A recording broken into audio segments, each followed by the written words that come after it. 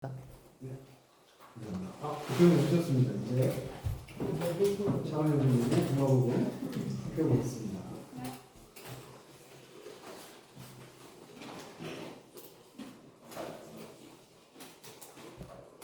그러면 뭐 시작하는 걸로. 네. 오늘은 5번째 모임이고요. 21절부터 25절까지 5개 구절 나눌 예정이고, 다만 21절이 조금 길어질 것 같습니다. 그 이유는 뭐 추후에 좀 설명을 드리겠지만, 제가 저번 나눌 때 17절을 제가 가장 좋아하는 구절이라고 말씀드렸는데, 21절도 제가 뭐 다 좋아하는 구절이지만 21절 특별히 이제 좋아하는 이유가 상세해요. 제가 그 사복음서 중에 굳이 좀 차등을 두자면 누가복음을 좀 좋아하는데, 이 상세하고도 짚을 거리가 많다는 거죠. 그것처럼 저는 이제 누가복음 21절이 우리 예수님의 비유를 우리가 어떤 자세로, 어떤 관점으로 읽어야 되는지를 좀 명확하게 표현해주고 있다고 생각을 해서 21절은 제가 특별히 글 쓰는데도 오래 걸렸고, 이번에 나는 준비하면서도 좀 오래 걸린 것 같아요. 이제 설명을 드릴게요. 자, 먼저 읽어드리겠습니다. 마리아가 예수께 물었다. 당신의 제자들은 누구와 같습니까? 예수께서 말씀하셨다. 그들은 자신의 소유가 아닌 밭에서 놀고 있는 어린아이들과 같아서 그 밭의 주인들이 돌아와 밭을 돌려달라 하면 그들은 주인 앞에서 자신들의 옷을 벗어주고 밭도 돌려주느니라. 이와 같이 나는 너희에게 말한다. 집주인이 도둑이 오고 있는 것을 안다면 그는 미리 준비하여 도적이 집에 들지 못하게 하며 소유를 훔쳐가지 못하게 할 것이다. 그러므로 너희들도 세상에 대하여 깨어 있어야 한다. 너희는 준비하여 도둑이 들지 못하게 하라. 너희가 예상하는 고난이 반드시 올 것이다. 너희 중에 내 말을 이해하는 사람이 있기를 바란다. 열매가 익으면 그는 손에 낫을 들고 급히 와서 그것을 거두어 드릴 것이다. 들을 귀 있는 자는 들어라. 먼저 21절은 좀 독특한 부분이 마리아가 처음 등장을 하는데, 그리고 두 가지 비유가 등장을 하죠. 밭에서 놀고 있는 어린아이들과 그와 대조적으로 집에서 도적을 맞이해야 된다는 가르침, 두 개가 같이 이제 등장을 하는데요. 마리아가 이 도마복음에서 두 번 딱 등장을 하는데, 21절에서는 마리아가 질문하는 모습이고, 마지막 구절인 114절에 한번 등장하는데, 그때는 발언을 하는 게 아니라 이 베드로가 여성을 좀 차별한다는 이제 대화를 전개를 하거든요. 어떤 내용이냐면, 마리아를 저 멀리 떠나게 좀 해주세요, 예수님. 왜 그러냐면 여성은 생명에 합당치가 않습니다. 그런 식으로 좀 해서 남성의 의미를 잘 끌어내는 부분으로 결론적으로는 그렇게 잘 이해가 되는데, 실제로 그 구절을 봤을 때 마리아가, 그리고 뭐 여성들이 소외받았던 것을 좀 알아볼 수 있죠.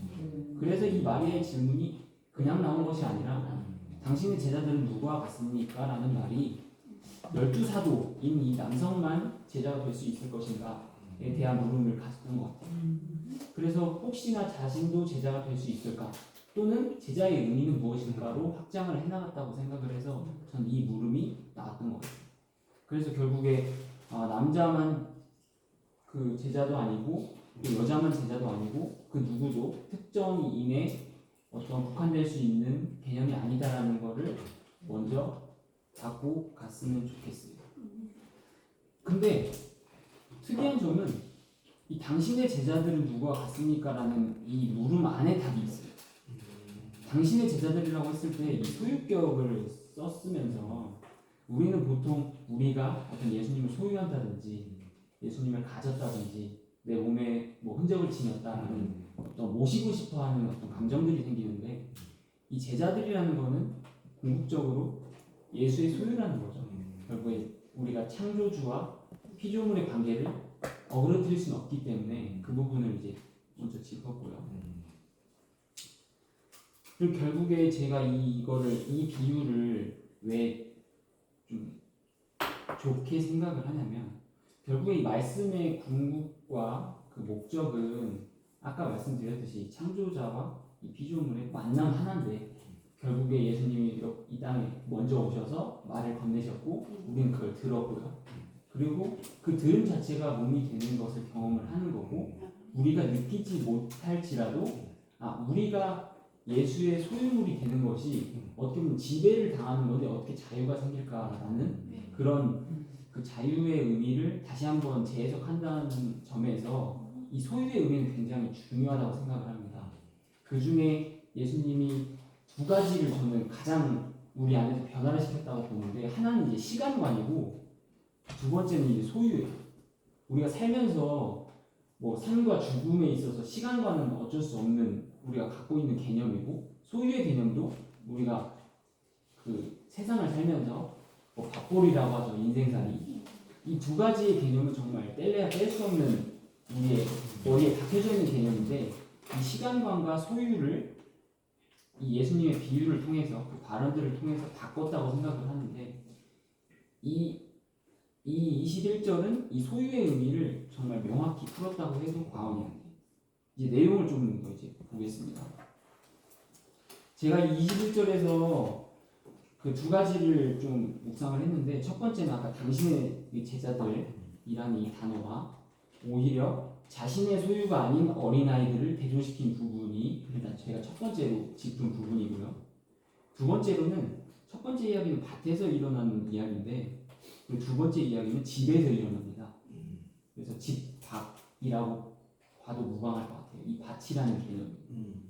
그리고 결론적으로는 이 예수라 일컬어지는 상상이 되는 이 존재가 나중에 열매가 익으면 그의 손에 낯을 들고 와서 급히 거둔다고 해서 이 일종의 빨간색 칠해져 있는 부분이 있죠. 이 구절. 두 번째 비유는 어떻게 보면 망상이라고 봐도 될 것 같아요.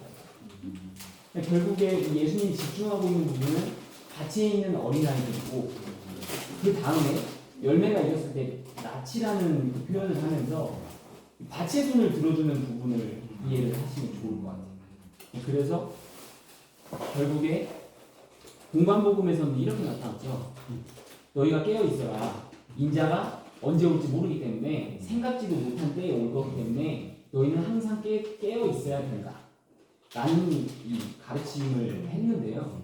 이 두 번째 이 비유를 잘 보시면 줄거리가 이렇죠. 저는 이렇게 표현했습니다. 이 마지막 문장에서 네 번째 줄이요. 위에 도적을 대적하고 소유를 지키고 세상에 대해 깨어 있어야 하는 것도 전부 집 안 문 앞에 서서 칼을 들고 밤새도록 서 있는 사람의 망상이고 참상이다. 저는 이제 이렇게 이걸 표현을 했습니다. 결국에 이 가르침이 열매가 있는 것과 낯을 통해서 급히 자신의 열매를 거두는 그 집주인이라고도 볼 수 있고 예수의 모습이 이 집에 눈을 두고 있지 않다는 거예요. 자, 그래서 결국에 이 밭은 세상에 속하지 않나 누군가 존재하고 있는 신비한 세계를 말하는 것이고 그래서 대조적으로 이 집 이야기는 제가 허구라고 말씀을 드린 거예요. 그래서 저는 글의 말미에 열매를 원하는 집주인이 집이 아닌 밭에서 낫을 본다는 적을 이제 봐서 결국에 요약을 하자면 밭이 우리의 진짜 집이라는 거예요. 네. 만약에 우리가 살고 있는 이 세상과 너희가 나를 소유하려는 그 생각으로 이 세상을 살아가고 나를 마주한다면 결국에 집 안에서 그냥 구덩이 물체로 하염없이 기다리는 어떤 존재밖에 안 된다는 겁니다. 결국에. 근데 종말은 그것이 아니라 지금 임하는 밭에서 놀고 있다고 표현을 하죠. 이 놀고 있는 존재는 언제 올지 기다리는 존재도 아니고 소유가 없는 존재예요. 그렇기 때문에 옷을 벗어주고 밭도 돌려주고 과연 이 존재가 자신에게 옷이 있다고 생각할까요? 밭이 있다고 생각하지는 않겠죠. 그렇기 때문에 이 밭의 이야기와 집의 이야기를 이렇게 대조시킴으로써 이 글의 목적이 집이 아니라 밭에서 이때의 밭은 정말 우리가 머리로 그릴 수도 없는 천국이라고 일컬을 수도 없는 어떤 그 내면의 공간을 의미하고 있다. 저는 이제 그렇게 봤습니다. 그래서 결국에 마리아의 질문이 유효한 거죠. 어떤 특정 인물의 대상이 될 수 있을까에 대한 첫 번째. 그리고 남자가 아니면 여자인 것인가에 대한 질문도 그냥 사그라드는 거죠. 저는 이 21절이 우리가 비유를 잘못하면 좀 오해할 수 있는 부분을 저는 명확히 짚었다고 생각을 했습니다. 그래서 이 마지막 문장인 내 말을 이해하는 사람이 있길 바란다. 결국에 우리가 뭐 영지주의라는 이름으로 그리고 우리 교회가 좀 지향하는 어떤 말씀 읽기나 말씀 나눔에 대해서 좀 거부감을 가질 수 있고 저걸 해서 무엇하느냐라는 그 질문에 저는 이 내 말을 이해하는 사람이 있길 바란다는 그 예수의 발언이 굉장히 위로가 되는 것 같아요. 결국에 마지막으로 이제 풀어드리면 이 누가복음 마지막 장인 24장에 엠마오 도상에서 그 이야기가 나오거든요. 그 이제 이야기 내용을 좀 간단히 말씀드리면 예수의 무덤을 보고 그 돌이 굴러가져 있는 거예요. 그러니까 문이 다 닫혀져 있지가 않은 거예요. 그래서 베드로가 가만히 이제 허리를 숙여서 봤더니 안에 예수님이 없는 거죠. 이제 그 다음에 예수님이 직접 나타납니다.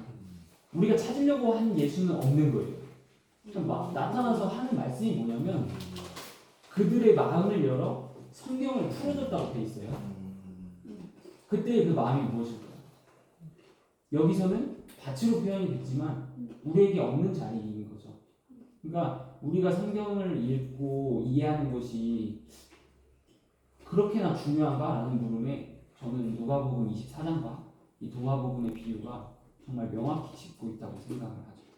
그래서 열매가 익었다는 것도 예수님의 말이 우리 안에 도달하는 순간으로 표현될 수도 있고 그 사도행전에서도 정말 복음이 이제 유다부터 이제 사마리아까지 땅끝까지 이루어진다는 그 말씀도 결국에 우리 내면을 지칭하고 있다. 이렇게 보면 좋을 것 같습니다. 그래서 이 어린아이들은 굉장히 바보 같은 존재로 그려졌는데 그냥 현재를 사는 존재일 뿐이에요. 근데 현재를 사는데 이 밭에서 살고 있다는 거죠. 우리는 그 괴리감이 당연히 있겠지만 저는 하나의 용기와 뭐 자신감을 북돋아주는 그때 말씀이 된다고 생각을 합니다. 남자, 여자 이렇게 표현하는데 굳이 어린아이라는 표현을 이제 22절에 또 어린아이에 대한 부분이 나오는데 그건 좀 이제 같이 또 읽으면 좀 느끼실 수 있을 거고 근데 저는 그렇게 생각합니다. 이 어린아이들이 어떠한 존재나 좀 빈약하고 나약한 존재라기보다는 저는 계속 우리가 관심을 갖지 않고 돌보고 싶지 않고 보지 않으려는 어떤 한 면을 끌어내준다는 점에서 의미를 느끼는 것 같아요. 우리는 목사님도 항상 좀 공감을 하지만 이 어린아이가 쓸모없는 존재라고도 말씀하시고 그리고 한 번도 타지 않는 나귀를 좀 쓸모없는 존재라고 표현하시는 게 깊은 좀 공감이 되거든요. 어쨌든 비유도 그렇고 말씀이 우리가 보고 있는 한 시선을 옮기는 데에 그 의미가 있는 거라고 저는 생각을 해요. 말씀 자체가. 그렇기 때문에 이때의 어린아이는 우리가 주목하지 않는 어떤 또 다른 면이다 라는 점에서 어른을 표현을 하지 않는 것 같다는 생각도 들고 다만 이제 개인이 어떻게 느끼고 해석하느냐에 있어서는 꼭 어린아이가 없는 존재다, 쓸모없는 존재다라는 표현을 하기보다는 내 안에 어떤 가능성으로도 표현을 하면 좀 좋을 것 같거든요. 어쨌든 우리가 세상을 사는 이 짧은 시간에 우리는 어떠한 발견을 해야 되고 어떠한 지점을 느껴야 된다는 관점으로는 가능성으로 표현을 해도 좋을 것 같아요. 그래서 겨자씨나 어떤 그런 의미도 저는 시선을 돌리는 데도 의미도 있지만 아까 말씀드린 대로 너희 안에도 그런 어떤 가능성이 있지 않을까라는 것도 좀 하나의 교훈으로 읽을 수 있지 않을까 싶습니다.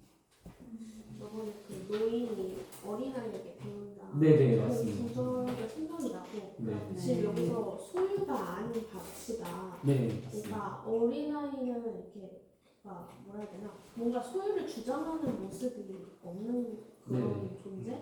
그러니까 이 세계에 발붙이고 살지만 이 세계에 너무 몰입해 있지 않는 네 그런 맞습니다. 존재로 생각이 돼요. 그래서 참 웃겨요. 밭을 돌려달라고 하는데 집주인이 이미 소유가 아닌 밭에서 놀고 있는 어린아이한테 왜 밭을 돌려달라고 할까요? 이것도 굉장히 생각해볼 만한 내용이거든요. 결국에 밭에 있는 거를 알아라는 의미거든요. 그래서 결국에 진짜 우리의 집은 밭에 있어야 된다는 어떤 가르침이라기보다는 너희가 지금 밭에 있다를 알려주는 어떤 말씀의 의미이지 않을까 싶습니다. 진짜 자기 소유가 아닌데 돌려달라고. 네. 그러니까 모순 같아 보이는데 굉장히 짚을 많아요. 이 부분은 아마 그 제 해설이 끝나더라도 나중에 읽어보시면 아마 제가 발견하지 못한 부분들도 많이 발견하실 수 있을 것 같아요. 이 부분은 좀 문장도 길지만 좀 풍성하다. 저는 그렇게 해석을 하고 싶습니다. 네, 좀 21절이 길어져서 좀 넘어가도록 하겠습니다. 22절도 읽어드리겠습니다. 예수께서 젖을 빨고 있는 어린아이들을 보았다. 그가 제자들에게 말씀하셨다. 이 어린아이들은 마치 하늘나라에 들어가는 사람들과 같다. 제자들이 예수께 물었다. 그러면 저희들도 어린아이로 그 나라에 들어가는 것입니까? 예수께서 그들에게 말씀하셨다. 너희가 둘을 하나로 만들 때, 그리고 너희가 안을 밖과 같이, 밖을 안과 같이, 위를 아래와 같이, 또 너희가 남자와 여자를 하나이자 같은 것으로 만들어 남자가 아니고 여자가 아닐 때, 또 너희가 눈이 있을 곳에 눈을, 손이 있을 곳에 손을, 발이 있을 곳에 발을, 모습이 있을 곳에 모습을 만들 때, 그때 너희는 하늘나라에 들어가리라. 말씀이 진짜 심오한데요. 먼저 이제 좀 서론부터 보면 동화복음 11절 나눌 때 그 둘이 되었을 때 너희는 무엇을 하겠느냐라는 반문을 통해서 오히려 하나가 되는 행동을 멈추고 그 지금의 시간에 반응하기를 유도를 했거든요. 다만 여기서는 오히려 그 둘을 하나로 만들라는 직접적인 가르침으로 해서 좀 상반된 가르침을 하는 것이 아니냐라는 오해를 좀 받을 수가 있는데 저는 같은 말씀으로 풀이를 할 수 있을 것 같습니다. 왜 그러냐면 둘을 하나로 만들 때란 과연 우리 안에서 우리가 만들어낼 수 있을까에 대한 질문을 하고 있다는 점 때문에 이제 그렇습니다. 그래서 불가능한 주문을 가능하기 위한 어떤 말씀의 목적이 아니라 우리는 그것을 어린아이로 우상을 만들고 싶어 하지만 일말의 가능성조차 없는 어린아이를 읽어내라는 의미예요. 그런 점에서 전 예수의 이 말씀이 처음에는 둘이 뭔지 하나가 뭔지 아니 뭔지 바뀐 뭔지 해석을 하려고 했는데 참 곱씹어 보니까 아무것도 아니다라는 생각이 많이 들었어요. 계속 쪼개려고 하죠. 그리고 계속 쪼개려고 하는 그 사이에서도 하나로 만들려고 해요. 정말 무수한 모래알을 하나로 만들고자 하는 느낌인데 또 그 하나를 무수한 모래알로 쪼개는 듯한 느낌이 들었어요. 이 예수님의 발언을 통해서. 그래서 저는 이 부분을 지금 내가 제시한 비유로 제시한 너희들이 보진 않지만 이 어린아이조차도 그 누구도 그리지 말라는 의미를 지녔다라는 이제 해석을 했겠고요. 저는 마지막 문장은 조금 오해하실 수 있는데 이건 저한테 하는 말씀이지만 굉장히 예수님의 어투로 제가 좀 기록을 해봤습니다. 무엇이라도 잡고 싶은 심정은 알겠지만 일말의 가능성을 믿고 싶겠지만 어린아이는 당신 안에 없다. 그저 밖에 있는 신기루일 뿐이다. 이미 다가와 있지만 보고 듣고 알 수 없는 당신과 당신이 속한 세상이라는 사실에 탄식해라. 예수는 당신이 결코 이를 부정하기 어렵다는 점을 모르지 않는다. 들을 수 있는 자는 들어라. 부정해라. 다시 한번 어린아이는 없다. 그런 하늘나라는 없다. 그러면서도 당신의 부정을 긍정해라. 이는 어린아이와 당신의 양태이며 둘을 하나로 남자와 여자를 하나이자 같은 것으로 모습이 있을 곳에 모습이 있는 하늘나라가 아니겠는가. 이렇게 들었습니다. 그러니까 저는 그러면 계속 우리가 부정만 해야 되는 거냐 나의 존재를. 그렇지 않다는 거죠. 저는 그거를 이 파란색 글씨로 부정을 긍정하라는 그 의미로 좀 읽어냈습니다. 우리가 이런 점에 있어서 이 어린아이는 일말의 가능성이라고 제가 표현을 드렸던 것 같아요. 우리는 하물며 계속 하염없이 부정을 당하지만 또 세워지기도 한다는 거거든요. 그래서 이 사실을 우리가 인지하고 인정하고 받아들일 때 우리는 이 어린아이로 하늘나라에 들어가는 어떤 존재가 될 수 있지 않을까라는 그런 의미로 좀 짚어봤습니다. 네, 여기서는 또 좀 특별하게 그때라는 표현을 쓰면서 아까는 이제 소유에 대한 개념이지만 이 시간에 대한 개념을 존재로 승화시킨다는 의미에서 22절은 좀 어린아이의 의미를 좀 명확히 살펴볼 수 있지 않을까.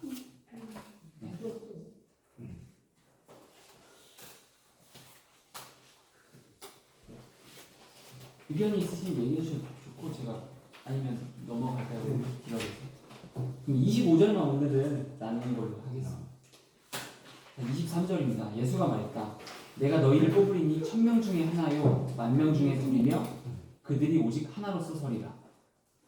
이 말씀은 이 하나와 둘 그리고 그 둘이 다시 하나가 되는 이 의미를 좀 짚어주시면 좋을 것 같아요. 근데 저는 좀 해설을 좀 읽어드릴게요. 1000명 중에 하나, 10,000명 중에 둘은 특정 소수 또는 불특정 소수의 선택을 의미하는 것일까? 그렇지 않을 것이다. 이를 바울이 잘 기록해 놓았다. 새 사람을 입었으니 이는 자기를 창조하신 자의 형상을 좇아 지식에까지 새롭게 하심을 받는 자니라. 거기는 헬라인과 유대인이나 할례당이나 무할례당이나 야인이나 스구디아인이나 종이나 자유인이 분별이 있을 수 없나니 오직 그리스도는 만유시요 만유 안에 계시니라. 그러므로 이 예수의 선택, 곧 뽑는 행위에서 읽어내야 될 근간은 특별한 존재나 그렇게 될 존재에 대한 기쁨이 아니라 우리를 부모 없는 고아나 남편 없는 과부로 선언하듯이 예수 자신과 동떨어져 있는 우리의 모습을 밝히 비추어 가리키고 끌어당기고자 하는 의지를 말한다. 저는 그래서 이 해석하기 어려운 숫자들이 이렇게 등장을 해도 저는 뭐 개인의 좀 제가 저번주에 사견이라고 좀 표현을 했지만 좀 자유롭게 해석을 하셨으면 좋겠어요. 전 그래서 그런 의미로서 1000명 중에 하나, 10,000명 중에 둘로 표현된 수의 전환은 수적 비례관계를 무시하고 있기 때문에 이 바울이 제시한 세 사람으로 봄이 좀 적절할 것 같습니다. 다만 의미론적으로 볼 때 저는 이제 하나를 어떻게 풀었냐면 이 새로운 정체성의 도립이라고 봤어요.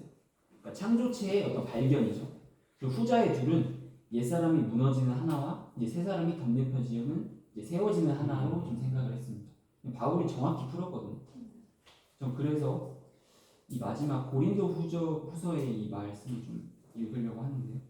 그러므로 우리가 이제부터는 아무 사람도 육체대로 알지 아니하노라. 비록 우리가 그리스도도 육체대로 알았으나 이제부터는 이같이 알지 아니하노라. 그런즉 누구든지 그리스도 안에 있으면 새로운 피조물이다. 이전 것은 지나갔으되 보라 새 것이 되었도다. 저는 이 바울이 이 얘기를 했을 때 이전의 삶이 지나갔다, 없어졌다라고 표현한 게 아니라 이때의 이전 것은 지나갔을 때가 어떤 통과나 경험 그리고 자각을 의미한다고 봤어요. 그걸 관통이라고 하죠. 전 그렇기 때문에 이 10,000명 중에 둘이 어떤 그만큼 적다. 그리고 10,000명이나 있는데 너희가 선택을 받았다라는 어떤 뽑는 게 아니라 이 둘은 확실히 무너짐과 세워짐, 그 십자가의 죽음과 부활을 좀 명확히 표현했다고 봤습니다. 그래서 그들이 오직 하나로서 서리라는 의미도 이렇게 좀 봤는데요. 죽음으로 탄생하게 된 역설의 신비가 나타내는 둘과 하나는 그동안 나에게 없었던 하나 뉴 모델이며 이것이 예수가 뽑아낸 영의 목 마지막 아담이다. 이렇게 좀 하나로 좀 해석을 했습니다.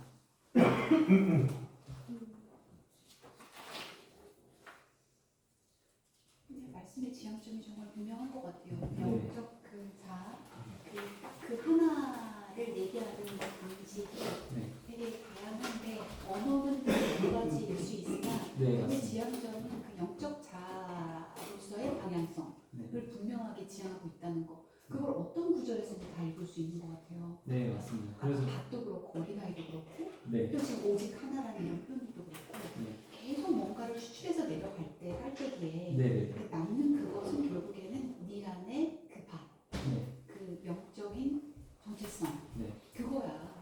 그거라고 내가 하고 싶은 얘기는 그 얘기를 계속 하는 것 같아요. 근데 다른 방식으로 계속. 그렇죠. 저는 그래서 집사님이 이야기해 주신 것처럼 제가 이 구절을 해설을 하지만 사실 가장 중요한 점은 이게 예수께서 말씀하셨다는 부분이거든요.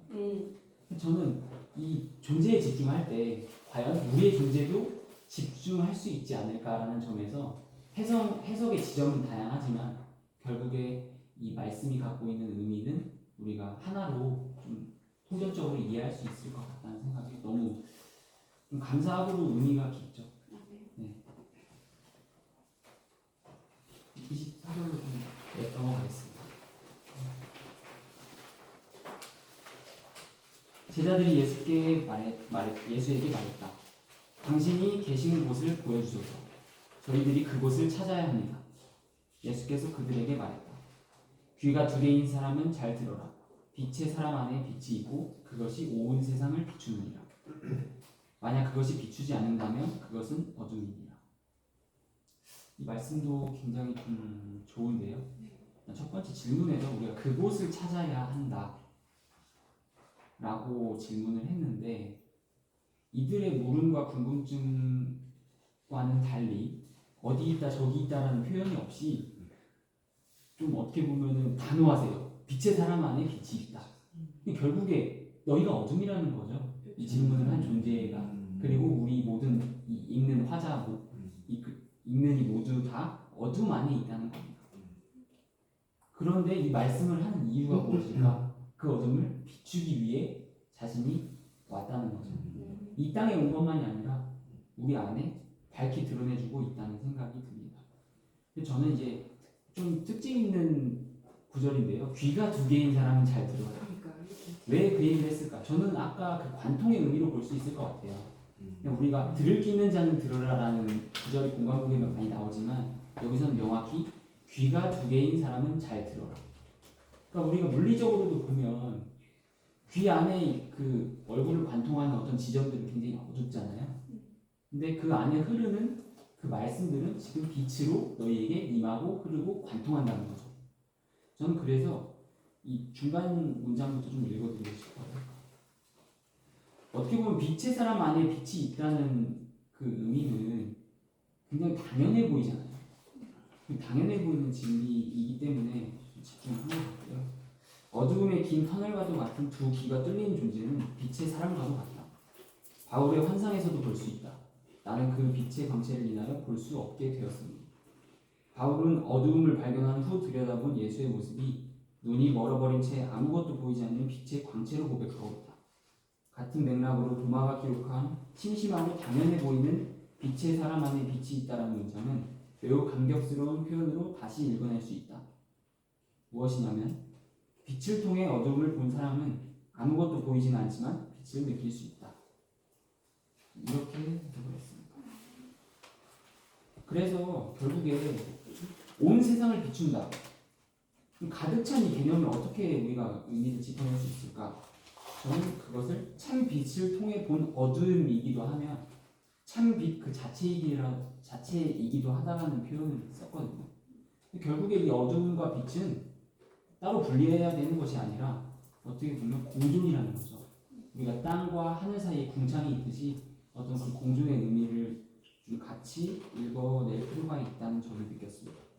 그래서 마지막에 이 문장에 질문을 했는데요. 어찌 빛으로 어둠을 조광하지 않겠는가? 어둠이 되지 않기 위해 스스로 발광하겠는가? 이러한 물음을 통해서 우리가 그 빛과 어둠 사이에서 이 역시 정말 결론은 똑같지만 말씀하시는 그 예수와 우리가 두 길을 통해서 그 흐르는 예수의 말씀의 의미. 그러니까 결국에 말씀은 존재인 거죠. 우리에게는 그냥 언어지만 우리에게 대화를 하고 싶어 하는 그 욕구는 우리가 언어를 읽을 수밖에 없는 거예요. 언어와 대화. 네, 그렇게 풀어봤습니다. 자꾸 둘이라는 숫자가 나오는 게 빛과 어둠 같아요. 네, 맞습니다. 그러니까 둘은 동떨어진 개념이 아닌 거죠. 어떻게 보면. 네, 25절 넘어가죠. 예수께서 말씀하셨다. 내 형제를 내 영혼처럼 사랑하고 그를 내 눈동자처럼 지켜라.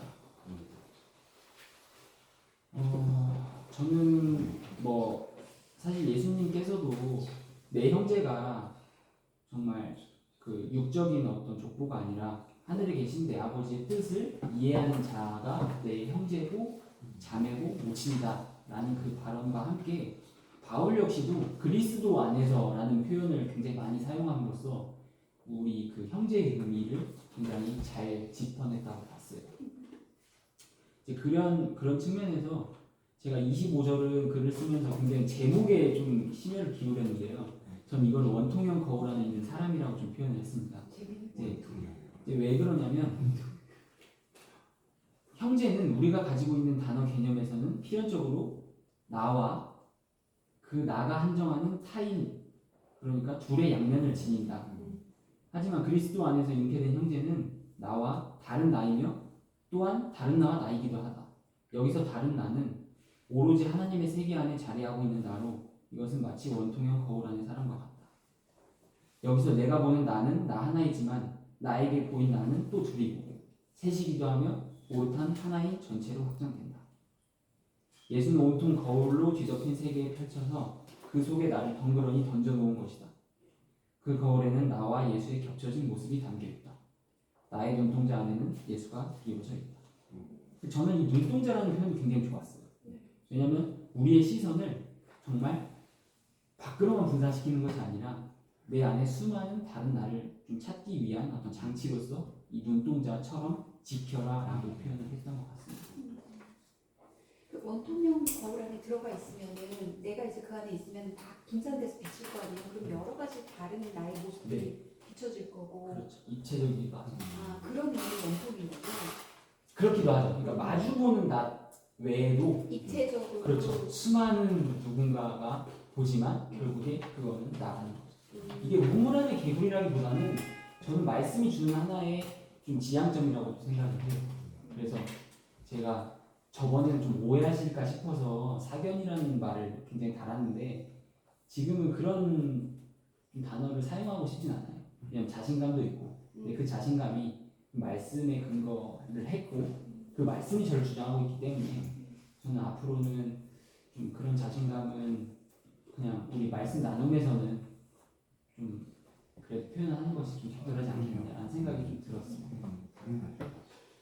오전에 목사님이 설교하신 그러니까 모세의 영적 유대인이 낳은 자들의 네, 개념으로 같이 연결시켜 봐도 되겠네요. 네. 원통에 비친 나의 모습이라는데요.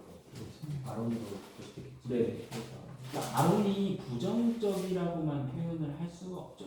근데 사실은 우리가 그리스도를 알고 난 다음에 굉장히 부정적이에요. 99.9%는 아마 지우고 싶을 거예요. 하지만 지워진다고 지워질 수도 있는 것도 아니고 지워질 수도 없는 거죠. 네. 저는 그래서 사실 뭐 제 나이가 어리지만 세상이 정말 한번 살아볼 만하다라는 생각도 드는 것이 바로 그 지점인 것 같아요. 솔직히 굉장히 괴로운데요. 굉장히 괴로운데 근데 그 괴로움이 말씀의 괴로움일 수도 있고 솔직히 이 입에 풀칠하는 그 인생살이의 괴로움이 사실 어마어마한 건데 그것을 우리가 입고 살아갈 수 있는 부분이 저는 말씀이 주는 위로가 되지 않나. 근데 사실 제가 이 말씀을 차갑게만 봤을 때는 이 삶을 좀 부정하게 되거든요. 근데 저는 솔직히 많이 부정했어요. 왜냐면 그 내 어두운 면을 보지 않기 위해서 많이도 부정을 했는데 그때는 계속 그 두더지 말씀하셨지만 두더지처럼 올라오는데 이 말씀의 의미가 내 안에 이게 되어지고 그것이 생명으로 자리하는 순간 솔직히 그런 용기가 좀 생기는 것 같아요. 그런 중요한 거 93개 중요한 거 있어. 60까지 살아봐야 된다. 그래야지 인생에 좋은 거 같다. 뭐 이런 거 있어. 60이야. 이렇게 버텨. 근데 막신 거였어? 이제 뭐지? 한 바퀴 무슨 얘기했어요? 아니지. 한 바퀴 나가. 올해 한 바퀴. 저는 한 바퀴 보러 갔어. 21절 네. 이거 연구하면서 네. 결국 성령이 말씀하시긴 하는데 너가 놀고 있는 그거 아니야. 네네. 그걸 계속 알려주고 있는 것 같아요. 그렇죠. 네 거 아닌데 넌 거기서 놀 수 있다. 뭐 끝났지만 21절 다시 가보면 저는 희한한 게 그냥 교훈으로 읽어버리면 어떻게 보면은 첫 번째 그 말씀은 너 소유 없다 그거거든요. 근데 두 번째 비유는 너 소유 있으니까 지켜 이거예요. 그러니까 이게 굉장히 웃기다는 거죠. 네, 괴리가 있잖아요. 근데 저는 이 밭 속에 숨겨진 진주? 네, 그렇죠. 그게 가치감주의 맞나? 무엇 그렇죠. 네. 저번에 그 응축된 그 무엇? 네네. 그게 모르겠어요. 저는 그게 지금 생각이 돼가지고. 네, 저도 뭐 그렇습니다. 그러니까 우리의 그 본향이 결국에 세상에 없는 것 같아 보이는데 세상에 있기도 한 거죠.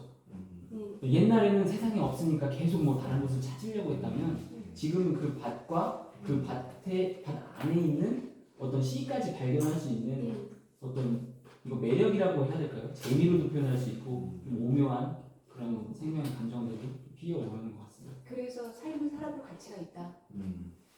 아 근데 죄송하지만 저는 개인적으로 오래 살고 싶진 않아요.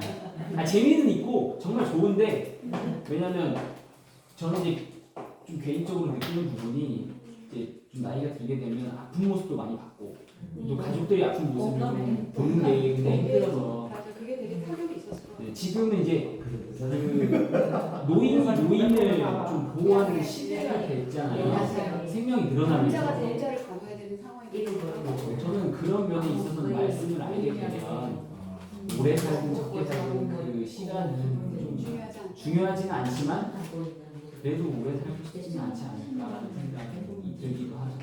아픈 상태로 그렇죠. 결국에 우리 아픔을 겪어야 좀 삶을 영위할 수 있습니다. 그래서 저는 계시록에 그 아멘 주 예수여 오시옵소서가 그때 어떤 공동체의 힘듦을 좀 표현했다고 생각을 하기도 하거든요. 왜 그런 표현을 했을까? 솔직히 예수님 말에 의하면 너 말씀 안 왔으니까 어떻게든 버텨내. 그리고 시간을 버텨내. 아니면 이유를 모를 수 있는데 왜 아멘 주 예수여 오시옵소서가 있을까? 지금 시간 카이로스를 경험하는 시간이기도 하지만 저는 어떤 종말을 우리가 기쁘게 경험할 수 있는 미래의 시간이기도 하지 않을까 생각이 좀 들고 계속 제자들이 그러면 땅의 것을 예수가 질문하는 이유가 그때 너무 힘들어서 그런 거였구나. 그렇죠. 힘들죠. 솔직히. 네. 근데 힘든 와중에서도 뭔가는 계속 마음 한켠에 쥐고 싶으니까 주로 모시는 거죠. 그러니까 계속 소유를 하려는데 소유는 안 되는 거예요. 21절에 말에 의하면. 근데 내가 그분의 소유가 되는 순간 그냥 하나가 되는 거죠. 근데 이 하나는 저희에게선 개념이 그냥 하나인 거고 사실은 지금도 뭐예요? 모르겠고 사실 그 하나가 하나인지도 잘 모르겠지만 저는 그래도 그 이해의 어떤 신비에서 오는 어떤 감격이 있지 않을까.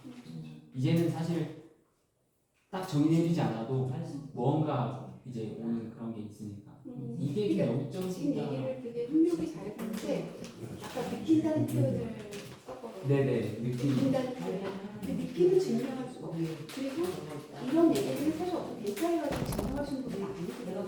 근데 나의 삶을 통해서 고통이라든가 그거를 관통하고 수련해 나가면서 추출되는 그 어떤 것, 닷속에 아까 진주 그 응축성을 얘기한 것처럼 나 터져나오는 고백, 터져나오는 느낌, 증명할 수 없지만 나하고 그분의 관계성의 회복 이런 것들에 대한 증언이 입에서 나올 수밖에 없어요. 그러면은 그런 거는 어떻게 보면 나의 혼적인 부분을 관통해서 튀어나온 어떤 자랑일 거라고. 네. 그렇기 때문에 어떤 흔적일 수도 있고 그것이 어느 순간 빛의 성광처럼 나타나서 사라진다 할지라도 그것이 있다라는 거를 존재한다. 우리가 얘기하는 건 그리스도의 존재성을 붙잡는 마음이거든요. 그리스도가 존재하고 네. 그거하고 그러니까 그리스도하고의 존재성을 회복했을 때 회복되는 그 관계성. 네. 그 이상도 이하도 아니라고 생각해. 근데 그 관계의 풍성함, 그 관계의 결들 하나하나는 다 개인이 예수하고의 맺어가는 어떤 그 내 삶의 여정 속에서 드러나는 것일 수밖에 없을 거야. 근데 그게 포착될 수도 있고 포착되지 않을 수도 있지만 느낌은 계속 그 밑바닥에서 흐르고 있다는 거죠. 네 맞습니다. 그래서 영적인 그 자아에 대해서 우리가 답답함을 많이 느끼잖아. 이게 뭐지? 너 뭐해? 안 답답해. 이건 뭘까? 알고 싶어. 그렇지만 그런 것들이 다 혼적인 동력이 돼서 네. 결국에는 우리 삶을 살아가게 하고 버텨가게 하는 어떤 동력이 되지만 그 느낌으로 계속 향상하는 방향성. 이게 프로펠러 같은 그런 역할을 한다고 보거든요. 그렇죠. 그리고 맞습니다. 우리 모두 그것이 강한 증폭이든 아니면 약한 증폭이든 우리 안에는 그 느낌 네. 한 번이라도 좋아. 네. 그 느낌이 있었기 때문에 이 자리에 있다고 생각을 해요. 네, 맞습니다. 제가 마지막으로 한 가지만 또 추가로 제 경험을 좀 말씀드리면 저는 이전에 사실 제가 뭐 조용한 성격은 아닌데요. 저를 이제 오해하시는 분들이 이전에 교회 다닐 때도 성경만 보면 뭐 하느냐 라는 비판을 제가 많이 받았어요. 사실 어린 나이기도 했지만 사실 뭐 전도사님들이나 목사님들이 질문을 하나 보면 사실 돌아오는 답변은 내용에 대한 부분이 아니라 내용을 간단히 설명을 하고 너가 이 성경을 그렇게까지 굳이 봐야 되겠느냐. 근데 저는 지금 자신 있게 말씀드릴 수 있는 부분이 그때 제 고집을 피우길 잘했던 것 같아요. 왜 그러냐면 그러니까 제가 읽고 나서 보니까 맞아요. 어떤 아까 삶도 얘기해 주셨지만 삶에서 예수를 발견할 수 있는 건 저는 솔직히 없다고 봐요. 근데 이 말씀 안에서 예수가 말씀하시는 거를 보면 우리의 삶을 그냥 얘기해 주고 있거든요. 삶을 살아보지 않아도 뭐 시간 뭐 60, 50 뭐 이렇게 살아보지 않아도 너희의 삶에 대해서 이 말씀 자체가 우리를 알려준다는 거죠. 살아보지도 않는 어떤 삶들을. 가장 본질적인 부분 얘기해 그렇죠. 주시는 거예요. 그렇죠. 그 그러니까 말씀이 정말 그냥 정말 진부한 단어예요. 솔직히 굉장히 진부한 단어인데 이 말씀이 품고 있는 그 생명의 신비가 진짜 흐르면 맞아.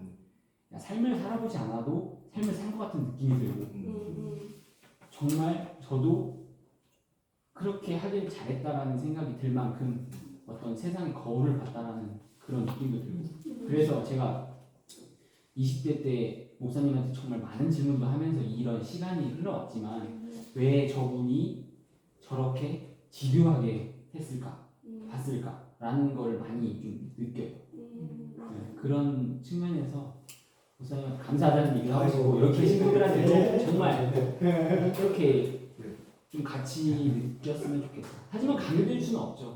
왜냐하면 삶을 살아가면서 하나님을 감응할 수 있는 영역이 크신 분들도 있거든요. 근데 저는 다만 이제 워낙 성격이 이성적이다 보니까 그렇게 삶에서 느낄 수 있는 부분은 굉장히 좀 희미했고 다만 지금 그게 조금 개선이 됐기 때문에 삶에도 재미가 붙여진 거지만 삶은 정말 재미없고 말씀은 정말 재밌었어요. 저에게 있어서는. 네, 그렇기 때문에 이건 정말 자랑처럼 느끼실 수 있지만 아니에요. 맞아요. 그 재미에서 오는 어떤 삶을 읽어냈다. 좀 풀이가 됐다. 좀 그런 것 같습니다. 근데 좀 길어져서 시간이 약간 초과됐지만 마무리 다음 주에는 같이 오시면 이제 30절이거든요. 좀 마지막이죠. 네, 다음 주가 마지막 시간이에요. 벌써 마지막이에요. 끝나고 같이 밥을 먹죠. 그냥 다음 주. 네, 같이 함께 하시면 좋겠습니다. 이제 다음 여기에 대전에서 여기서 먹는 것도 예, 그것도 괜찮아요. 괜찮거든요. 무무무 남의 식당에 네, 가는 네. 것도 그리고 이게 그게야. 또 없더라고 네, 보니까. 배민을 사용하는 거. 배달앱을 사용하는 내가 거. 그걸 해가지고 예, 여기서 드시는 게 낫습니다. 그 여기 종구에 여기 김밥 있잖아.